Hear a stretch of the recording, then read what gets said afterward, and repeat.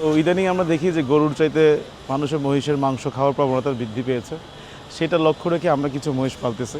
আমাদের কাছে দুই প্রজাতির মহিষ আছে, একটা হচ্ছে নীলিরাবি মহিষ আর পাশেরটা হচ্ছে অ্যালবিনো মহিষ, যেটাকে মানুষ এখন গোলাপি মহিষ বলে অভ্যস্ত আর কি।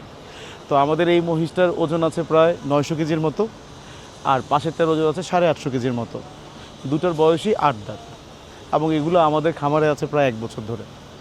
প্রাইস কেমন, মানে দাম কেমন? আমরা এই বড় মহিষটার দাম চাচ্ছি 9.5 লক্ষ টাকা, আর ওইটার দাম চাচ্ছি আমরা 8.5 লক্ষ টাকা।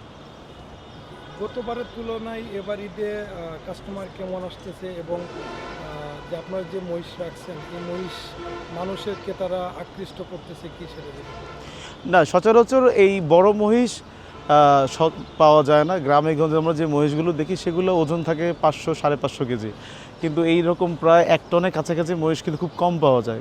অল্প কিছু খামারি ভাইরা যারা শখ করে 2 বছর 3 বছর নিয়ে পালে সেখানেই সম্ভব, কারণ এটা খুব কস্টলি। কারণ যখন একটা গরু মহিষ বড় হওয়া শুরু হয় তার কিন্তু গ্রোথ আর সেভাবে হয় না, তখন সে স্লোলি গ্রোথ হয়, যার কারণে কস্ট বেড়ে যায়। কিন্তু আমরা জানি সমাজে কিছু বিত্তবান লোক আছে যারা শখ করে ভালো পশু, বড় পশু জবাই দিতে চান কোরবানির সময়। তাদের বিষয়টা মাথায় রেখে আসলে আমরা এই ধরনের পশু পালন করে থাকি। তো কাস্টমার এখনো আসছে কি, মানে আপনাদের হ্যাঁ, আমাদের এখানে তো ধরেন আমরা আজকে এইখানে প্রায় খামার 10 বছর, আমাদের নির্দিষ্ট কিছু কাস্টমার বেজ আছে, তাদের থ্রুতে অনেকেই জানে। আর এই মহিষগুলো অনেক সাংবাদিক ভাইরা ভিডিও করে নিয়েছেন এর আগে, তাদের থ্রুতে অনেক চ্যানেলে এগুলো প্রচারিত হয়েছে। তো আশা করি মানুষ নক করছে। হ্যাঁ।